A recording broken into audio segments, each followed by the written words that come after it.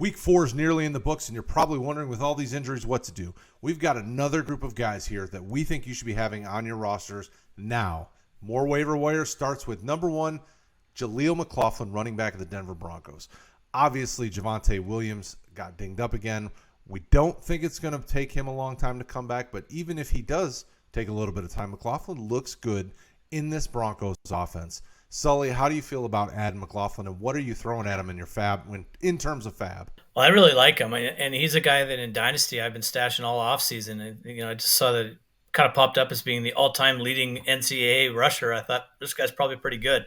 And then once I got a chance to watch him and see him play, he's a little bit smaller than the average running back, but he's pretty shifty. He's got some good hands. He can catch the ball out of the backfield, and he can make some guys miss. He's got some good vision.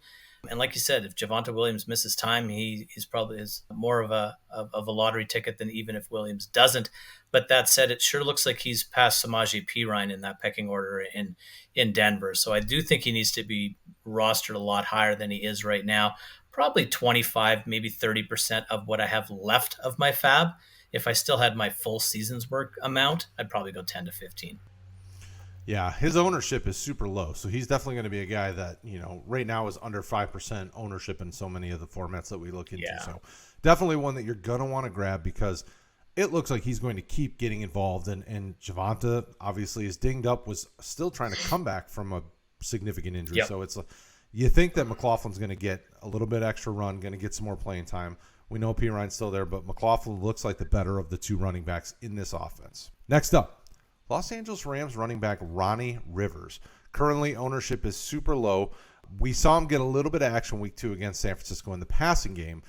This week, we saw him play more, mostly because Kyren Williams did get dinged up a little bit in this game. But when he played, he looked good. He had 9 carries, 47 yards, over 5 yards per carry, got you 2 catches out of the backfield. I mean, his ownership is low. His value looks like it could be on the rise. What do you think about Ronnie Rivers? Kind of reminds me a little of McLaughlin in a way. Like he's shifty, he's got good vision, he's got good hands, catches the ball to the backfield. He's the team's number 2 running back. I think Kyren Williams has earned that role with the Rams. That said, he's a little dinged up, and Kyren's usage has been really heavy the past few weeks. So I think the Rams are a lot better than they thought they were going to be, and I think they're going to have to start dialing back a little bit of Kyren's usage, and Ronnie Rivers slides right into that spot. I like him. He looks pretty good. And like you said, he's pretty much free out there right now, so I don't think he's going to cost you a ton of your fab. But the way running backs have been dropping so far this season, only 4 weeks in, I think it's not a bad idea to start looking at some high upside number 2 running backs on teams' offenses. 100%. Not only that, we're hitting bye weeks, so things like that could factor in with some of these players. You definitely want to be on the lookout for him. Next up is a guy you want to be on the lookout for because of yet another injury. So T. Higgins looks like a fractured rib. We don't know exactly how long that's going to put him out for. But Tyler Boyd, I know this Bengals offense is struggling. We got to think it turns the corner at some point, whether it's injuries to quarterbacks or ineffectiveness or play calling or who knows. It's a little bit of probably of everything. Tyler Boyd needs to be on rosters. Right now, his ownership is extremely kind of middle of the road. So less than 50%, right around the 50% or less than most of the league formats. But he knows this offense, and he's been getting targeted. I mean, 8 targets 3 weeks ago, 9 targets last week, 7 targets this week. I mean, these are usable numbers for a player. What are you doing with Tyler Boyd, and how do you feel about him? I think you got to add him. I think anytime Tyler Boyd has had the opportunity to be the number 2 in this offense in the, we'll call it Joe Burrow, T. Higgins, Jamar Chase era, he's stepped up and performed. So here we are. He finds himself in that role once again. And with Joe Burrow going through whatever it is Joe Burrow is going through, it looks like his air yards and his ADOTs are a little bit restricted. So that bodes well for Tyler Boyd, who's typically caught the ball a little bit closer to the line of scrimmage than the other 2 wide receivers in that offense. So, yeah, he has the trust of his quarterback. He's a solid route runner with good hands. He has been his entire career. And now he gets the opportunity to be the number 2 targeted player in that offense. They are struggling, but they're going to get better than they have been. I just can't see Cincinnati clipping along all season like this. So if Higgins has a fractured rib, it could be a month. If it's a cracked rib, it could be a week or 2. So regardless, I think Tyler Boyd needs to be universally rostered across all leagues and all formats. 100% agree. If you guys have questions, if these guys are owned in your leagues but need help with your waivers, don't forget, drop comments below. We absolutely will get back to you and help you out. We're here for you guys. Next up, Jonnu Smith, Atlanta Falcons #1 tight end. I know this hurts your heart because you are a Kyle Pitts truther, but this guy just keeps getting targeted. 6 targets 3 weeks ago, 8 targets last week, 6 targets this week, and they're good targets. He's catching them. He may not be getting a crazy amount of yardage. I know he got close to 100 yards this week, but I don't know exactly why Atlanta doesn't like Kyle Pitts in this offense. But take advantage of Jonnu Smith's low ownership. How do you feel about Jonnu, and how bad does it hurt that Kyle Pitts is not getting action? Oh, it hurts. You're right. I'm captain of the Kyle Pitts Truther fan club. That being said, if you beat your head against a wall long enough, you got to realize one of two things are going to happen. You're either going to hurt yourself or you're going to break the wall. Kyle Pitts isn't breaking down any walls. Jonnu Smith is running good routes. Ritter seems to have a good rapport with him. He has a relationship with his head coach back to his Tennessee days. And Jonnu looks like the Tennessee version of Jonnu Smith. He looks good with the ball in his hands. He's always been a good yards after the catch, athletic type of tight end. So, you know what? Kyle Pitts is the Ferrari, and Jonnu Smith is the Ford.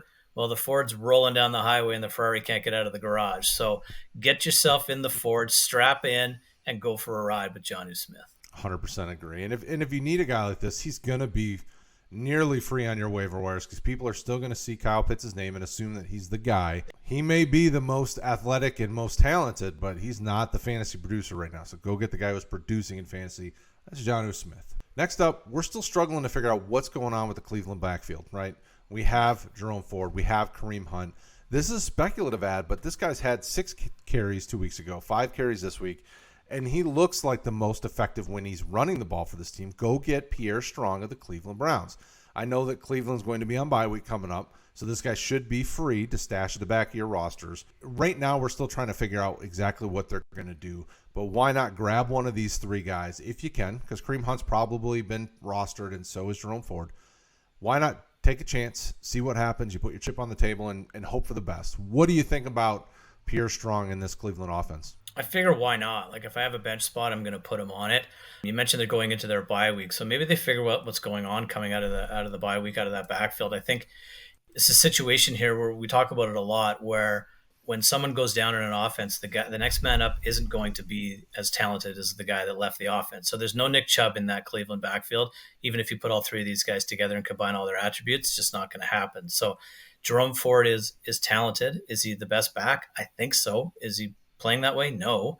Kareem Hunt has just come back. He's been, a little idle to start the season as he was waiting for a contract. So he might be the guy that steps up. But to your point, Pierre Strong is doing just as much in that backfield as the other 2 are. So perhaps he gets a hot hand and he gets going, or perhaps somebody else gets injured. So like we said, volatile as the running back position is, never hurts to put a guy in the end of your bench that has upside of doing something once he gets the ball in his hands. So I think Pierre Strong definitely falls into that category, and he's free, like you said. So why the heck not? 100% agree. And we want to throw grab him if he's available, but we're surprised at the ownership number. So Cole Kmet of the Chicago Bears obviously had a boom week this week. He's been getting targeted, though. Outside of week 3, where he only had 2 targets against Kansas City, he's getting 6+ targets per game and catching a significant portion of them. He's owned in less than 70% and less in most leagues, so make sure you go grab Cole Kmet. We just want to make sure we throw that out there because looking over the numbers, it was just crazy that we saw that. Next up is a guy who isn't. So this guy is 50% and less, and actually 35% and less in Yahoo and ESPN. So you redraft guys, definitely. Jameson Williams of the Detroit Lions, they let him come back a week early, so he's going to start getting involved. I know Josh Reynolds truthers are going to be a little upset about this because they're going to want to get Jameson involved because he is their big play threat. I know Josh Reynolds does a great job and has the rapport, but Jameson Williams is the speedster on this offense. How do you feel about Jameson going forward and what little bit we saw with Detroit so far in his career? Do you think that he really can give some nice startable weeks moving forward, or where are you at with Jameson? I struggle with Jameson, to be totally honest with you, but that said, you can't deny the talent this wide receiver has. We saw what he did pre-knee injury in Alabama, and he was unbelievable. He came back late last season, and he had one big nice play towards the latter part of the season. Then he ran into a little bit of trouble here, and he's working his way back. So hamstring injury slowed him in preseason. I was really hoping to see more of him in the preseason to get a better feel. But nonetheless, I think there's not going to be very many opportunities for you to add someone with this pedigree and with this upside at this low of a cost.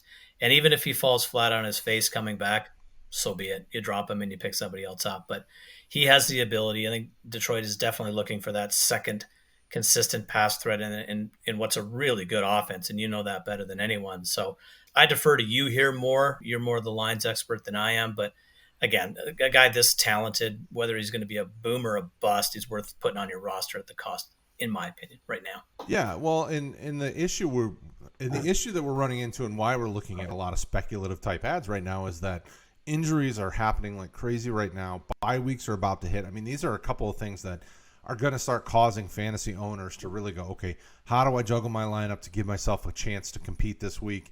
That's why you go get the talented players that are healthy. I mean, think about, Jameson, Kareem Hunt. These guys weren't hurt. They were suspended or without a contract. So, I mean, if they're talented and they weren't hurt, you want to add them and see what happens, because you have to hope that something big goes on with them and they could become starters for you, or at least flexible. Jameson is in an offense that is humming along pretty well. I mean, Detroit's done a good job this year utilizing Laporta, sprinkling in some Gibbs, but I know he's been confusing fantasy owners, so people are getting a little crazy and calling him Swift 2.0. But Jameson Williams is the guy that they are going to get on the field with him being healthy, with him being up to speed with the playbook. Jameson's going to be a guy that they really do want to get involved in this offense. And week one, he probably isn't going to get peppered with targets, but it wouldn't surprise me if he got 3 to 4, maybe even 5. And with Jared Goff playing the way he's been playing with Detroit the last couple of years, I mean, he looks good distributing the ball. He doesn't get a ton of interceptions. He puts the ball where guys are going to be able to catch it. I mean, it just feels like a win-win, so why not try to scoop him up? Yep. All right, so next up, we're going to talk about a tight end who actually is in concussion protocol, Luke Musgrave, Green Bay Packers. It looked like he was currently moving in the right direction. He came off a 8-target week and then got hurt against Detroit. But he's a guy that when we looked into the ownership was crazy. He's 41% and less in most, if not all, the major league formats. This is a guy that's going to continue to be a part of this offense when healthy and in the lineup. Jordan Love is chucking the ball a bunch to try to keep this team in the game because they're struggling in the run game. Aaron Jones coming back from injury, A.J. Dillon not being effective. How do you feel about Musgrave moving forward? I like him. He's talented and he's athletic, and he's pretty quick for a tight end, and he's got some pretty good hands. So I think he's going to be relevant in that offense when he can get himself on the field. I liked him a little bit more when Christian Watson was out of the lineup, but with the volatility of the Packers' skilled positional players the last couple of years, with Dobbs missing time, Watson missing time, Jones missing time, I think Musgrave's in a really good spot. Hopefully now this isn't him missing time now that he's in concussion protocol, but in a position like tight end, as yucky as it is most of the time, anyone who can give you 3 to 4 to 5 catches and 50 to 60 yards at that position is absolutely 100% worth being on your roster. And Musgrave also has the ability to get it into the end zone for you. So I'm surprised he's not more rostered than he is. That said, if I have the opportunity to lock him off my waiver wire, I think I'm going to do it. And moving on to the next guy, this is a player who's been around in fantasy for a couple of years, has kind of broke hearts and then kind of given people hope. Well, this year he's been consistent. That's Nick Westbrook-Ihine from the Tennessee Titans. I know that this offense has not been what we're used to seeing. It's kind of been all over the place. And people, when you think Tennessee, you're thinking Hopkins and you're thinking Burks. Well, Westbrook-Ihine has got 7 targets, 3 targets. Then he was blanked against Cleveland. Then came back with 6 targets. Got you 2 touchdowns in the last 3 weeks. I mean, it appears as though that relationship with Tannehill is still working pretty well. Definitely a back of the roster guy that now that we're hitting bye weeks could be flexible for you. How do you feel about Nick Westbrook in this system? Yeah, I think he's more of a 14, 16 team league kind of speculative ad, but even in a 12 team league, he's worthy of putting on the end of your bench if you have an open spot, if you've been hit by injuries or you're running up against bye weeks. I think what's interesting about Tennessee is I can't figure them out. When I've figured out that they're going to struggle and not be any good, they go and have a game like they did today where their offense seemed to be pretty darn good and was clicking a little bit. So a little bit confusing, but nonetheless, Westbrook-Ihine has been in this offense for years now, and he has trust with his quarterback, and he tends to step up when other players are unavailable. And Treylon Burks was missing today, and Westbrook-Ihine stepped up. So Hopkins has been nursing an ankle or a foot injury the last couple of weeks, so he's probably going to be a little bit more relevantly targeted than he would be in other situations. But yeah, he's a guy that is worth holding on to, putting onto the end of your bench, maybe even sliding into your flex, like you said, if you find yourself in some tough times with the wide receiver position. If you're the T. Higgins guy or whatever the situation might be, and you find yourself kind of in need, this is someone who can fill that need. Probably short term more than long, but can still fill it. Absolutely. And we've got plenty of other wide receivers that we want you to add. So if Westbrook-Ihine is unavailable or maybe there's others in this list that are available that you want to take a shot on, I mean, more power to you. Next up, we want to talk about Arizona Cardinals rookie wide receiver Michael Wilson. So far, he's been targeted 4, 3, 2, and 7 in the 4 weeks that he's been playing with them. This week, he obviously turned all 7 catches into 76 yards and 2 touchdowns. He looks solid. At 6'2", he's probably arguably their biggest receiver that's playing right now. You know, Hollywood and Rondale are both under the 6-foot mark, so he gives them something different than what they've been seeing. Outside of Ertz, this guy's been getting a pretty solid amount of targets here recently, and definitely an ad that you should look at because its ownership is extremely low. I mean, you could throw him on the back end of your roster, and I mean, with weeks like this week, he's had double-digit points the last 2 weeks in a row. This guy could quickly move into your flex spot. What are you thinking, Sully? Yeah, he quickly could. And I think what's interesting here is I added him a ton in my dynasty draft, my rookie drafts, because I thought, A, he was cheap. It was a 3rd-round pick or 4th-round pick in some of my drafts. And B, I figured that once DeAndre Hopkins was released, that somebody else is going to have to line up and catch the passes other than Hollywood. And I think what I didn't factor in at all, was Joshua Dobbs and how good he is. Like, I'm very, very impressed with how he's played for Arizona so far this year. The Cardinals team plays hard, and Wilson runs good routes, good hands, good high point type guy. He's a good size, like you mentioned. So I think he has the opportunity to be a solid wide receiver 3-ish for the rest of the year, maybe back end wide receiver 3, but absolutely flex worthy. Bye weeks are coming, all those things. So I'd be comfortable having him in my roster for sure. I like him. Absolutely. All right, next up, we got another receiver. So Pittsburgh's been dealing with injuries. Obviously, Deontay's been out. Pat Fryermuth's hurt. There's been some ineffectiveness, some inconsistencies. Well, Calvin Austin is a guy that you need to pick up. Low ownership, like some of the other guys on this list. Been getting a fair amount of targets, 6'4", 6'5" over the last 4 weeks. So they're looking at him. They're trying to get him involved. Obviously, a little bit smaller of a receiver. Typically, Pittsburgh, you're thinking 6'2", 6'3", 6'4". This guy's 5'9", but he's quick. He does well in space with the ball. He's definitely somebody that can help you out, and he's more of a back end of the roster. What do you think about Austin? I think there's opportunity for him more than anything. So Deontay Johnson is, as we know, is on IR and doesn't look like he's coming off anytime soon. Pat Fryermuth fell today. It looked like he injured himself and might miss a bit of time. Allen Robinson hasn't done what I thought he would do in that offense. Kenny Pickett was hurt today as well. So it might be Mitchell Trubisky. And nonetheless, I think that Calvin Austin's a guy I liked last year. And, I think he missed the season with a knee injury, but I liked him coming out the year before. Another guy that I think is shifty and can get into some spots that those big guys can't always get into, and he's got some good hands.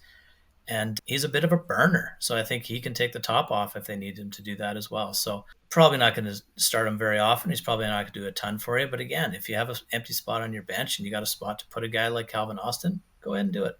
He'll be cheap. Absolutely. Next up, Carolina Panthers, Terrace Marshall Jr. Last 2 weeks, he's had 18 targets. Turned it into 14 catches, turned it into almost 100 yards. Now, we haven't seen a touchdown yet. I know this Carolina offense has kind of been all over the place. They're trying to figure out what's going on with a banged-up offensive line, a Bryce Young who's injured, not injured, Dalton's in there. I mean, it's a team that's definitely trying to transition, but Terrace Marshall's a guy they've had on the roster and hope for big things. He was a big play threat at LSU, could become that here with them because they really haven't had much else. Adam Thielen is definitely a chain mover, is a solid veteran. Shark can be a kind of a big play threat, but always been kind of inconsistent, kind of injury prone or injured issues. How do you feel about Terrace Marshall, and do you think that we can continue to see kind of a 6 to 10 target type week guy out of him? I think so. I watched that entire game today, and he really looked good. Thielen's their go-to guy in that offense, you alluded to. But Marshall was the next man up for them today, and it wasn't DJ Shark, and it wasn't anyone else in that offense. It was Terrace Marshall. And they got the ball in his hands quickly. Not a lot of depth of targets there, stuff right around the line of scrimmage, and then he went to work with the ball in his hands and did a pretty good job. In fact, he lost his footing a couple of times, or his day would have been better than was. So I think that if you're going to get Bryce Young acclimated to the league and get him comfortable, that's what it's going to have to be for him. It's going to have to be quick hits to Adam Thielen and guys like Marshall. He's not getting through his progressions. He's a little guy back there behind a not so good offensive line. So get it into these guys' hands in a hurry, and Terrace Marshall can do some stuff with it. And he falls into that same bucket as like Austin and those other guys. If you have a spot, put him on the end of your bench. He'll have some weeks where he's probably in a good spot, and the acquisition cost is low, so why not? Absolutely. And speaking of that, one more speculative ad with Pat Freiermuth going down with injury. Darnell Washington is the backup, was a very athletic guy that they drafted fairly high in the draft. Could easily step in and get you a solid, productive few weeks while Freiermuth's injured. So we just want to put that out there. Ownership is super low. Yep. Definitely one of those speculative ads that could pan out or could be a nice flexible option in bye weeks. Keep an eye out there. Next up, we want to talk C.J. Stroud, quarterback, Houston Texans. Still under 60% ownership in most of the significant league formats or platforms. You want to get him on your roster. He's looking better every single week. Getting some wins going, getting the ball moving well, distributing it well, even with a banged-up offensive line. This guy could push for being the best quarterback out of this draft class, and this was a solid draft class. What do you think about C.J. Stroud moving forward? Well, we talked about this a little bit before we started filming, is that, man, he's really impressive. And in a guy that I was very wrong about it would appear, coming out. So I don't know what more CJ Stroud has to do to impress me or anybody else. He's dropping back a ton. He's throwing a ton of passes. He's been accurate. He's completing a lot of those passes. He's throwing for, I think, almost 3 touchdowns a game right now. And I don't see that lightening up anytime soon. Houston is not going to light the world on fire and all of a sudden be a grinded out ton of run the clock out kind of team. So they're going to continue to throw the ball a lot. CJ Stroud is stepping up. He should be rostered everywhere. So I'd happily put him on my roster regardless of 1 QB, Superflex, or whatever the format. He's a good player. Yeah, absolutely. And I would also throw in Sam Howell, Washington Redskins quarterback. Washington Commanders quarterback. Maybe they're the Redskins again. Who knows what happens? I mean, everything's football going crazy. Club, whatever. It's all good. That Washington stuff. Yeah, but Howell's looked good. 3 out of the last 4 weeks, he's had 18-plus fantasy points. I know Buffalo shut him down, and Buffalo does a good job. They have a strong defense. Howell's looked good in this offense. I mean, he took Philly to the wire and almost had a win this week against Philadelphia. He can get you some stuff on the ground. He's good passing the ball. He knows how to distribute to all of his playmakers. I mean, he's got plenty of players to go to. Definitely grab Sam Howell, and surprisingly enough, he actually is the lowest ownership of the quarterbacks that we mentioned this week. He has under 10, 15, 20% in all the major formats. How do you feel about Sam Howell moving forward? Like Sam Howell. Liked him in North Carolina. Thought he impressed me a lot with his legs and his arm in college, and he seems to be kind of bringing that a little bit with him to Washington as well. He's quickly got some good rapport with Jahan Dotson and Terry McLaurin, and he brings his relationship with Diami Brown from college as well. Yep. Almost forgot his name there, but no, he's played well. And I think what I like the most about him is he knows when he's in trouble and he has to get out of the pocket, and that's when he uses his legs. He sticks in there longer than the average mobile quarterback does. He takes his licks, but he's tough, and he's got a pretty good sense of football IQ, I believe, and I think he'll do well in this league. So, yeah, he's perfectly capable of being your quarterback in a 1 QB or your supportive quarterback in a Superflex league. Absolutely. We do want to throw out there that also, when looking over the numbers getting ready for tonight's episode, Jordan Love, Jared Goff, both were 80% and less in a lot of the major league formats. So if they're available in your league, they should be on a roster. There should be no even conversation about it. I know Jordan Love looked up and down throughout the course of these last few weeks. He's going to. This is basically his first year as the starting quarterback, but he's passing the ball well. He's passing the ball a lot. Jared Goff is in command of this Lions offense and moving the ball well. These guys should be on rosters. They should be 90+% ownership. And because they're not, we want to make sure that you add them. Next up, Gus Edwards, running back, Baltimore Ravens. We always say if it's a Baltimore running back, you should own him. This guy's 65% and less ownership. He's their RB1. I know he's going to have weeks where it just doesn't look great, but this is their guy for the rest of the year. What do you think about Gus Bus moving forward? I don't get the roster percentages. I thought when Dobbins went down that Gus would have been probably the most sought-after guy to add off of the waiver wire that week. I don't know if it's the fact that they've been bringing in Melvin Gordon and Kenyon Drake, and then Gus was concussed and all these other types of situations. But it's simply this, is he's the number 1 running back in a very good offense with a mobile quarterback that probably helps his running game more than it hurts it. And Gus Edwards is a career over 5 yards per carry kind of running back. He always has been productive in that offense. So in a world where running backs, you should see some of the running backs I start on a weekly basis. I would love to start Gus Edwards. So if he is available on my waiver wire, I would absolutely go and run to get him. Yeah. I mean, and he's getting double-digit touches per week so far. The last 3 weeks, he's had at least 10 touches. This week he got you 3 targets in the passing game. I mean, he's not had highly productive weeks yet. So obviously there's going to be some cause for concern there for folks, but definitely needs to be rostered. I'm surprised the ownership is so low. Next up, we want to talk about Romeo Doss, wide receiver, Green Bay. When looking at ESPN, Yahoo, Sleeper, I mean, you're seeing 60, 65% and less ownership. He should be another one of those 80+% ownership type wide receivers. This guy is getting targeted a bunch, has the trust of his quarterback, and he's looking to him early and often. You got to have him on your roster. How do you feel about him? Am I crazy in saying that? No, not at all. And I think we talked about him last week, and it was Jordan Love and Romeo Dobbs is what the theme was coming through the off-season programs and into preseason and into the regular season, with Christian Watson taking a little bit of time to get going. So I think that relationship is there. Jordan Love is a first-year starter, but he seems to, when he's in trouble, look for Romeo Dobbs. And Romeo Dobbs has bailed him out more than often than not. So with Christian Watson coming back, that should help Dobbs even more, in my opinion, give him a little bit more space on the field. So he should, what is he, 60 something? He should be 75, 80% rostered, in my opinion. Yeah. ESPN, he was 34, Yahoo 54, Sleeper 62. And so it's all three of those are you got to be way too low. Criminally low. Yeah. All right. So next up, Jake Ferguson, tight end, Dallas Cowboys. This guy has gotten you at least 7 targets in 3 out of the last 4 weeks, and 4 targets the week where he didn't have 7. He's producing back-end tight end 1 numbers based on the Rob Sullivan tight end scale that you got to be at least 9 fantasy points, right? He's had 10, 9, 10. I mean, week 1 he only had 3, right? Like, so that was a down week for him.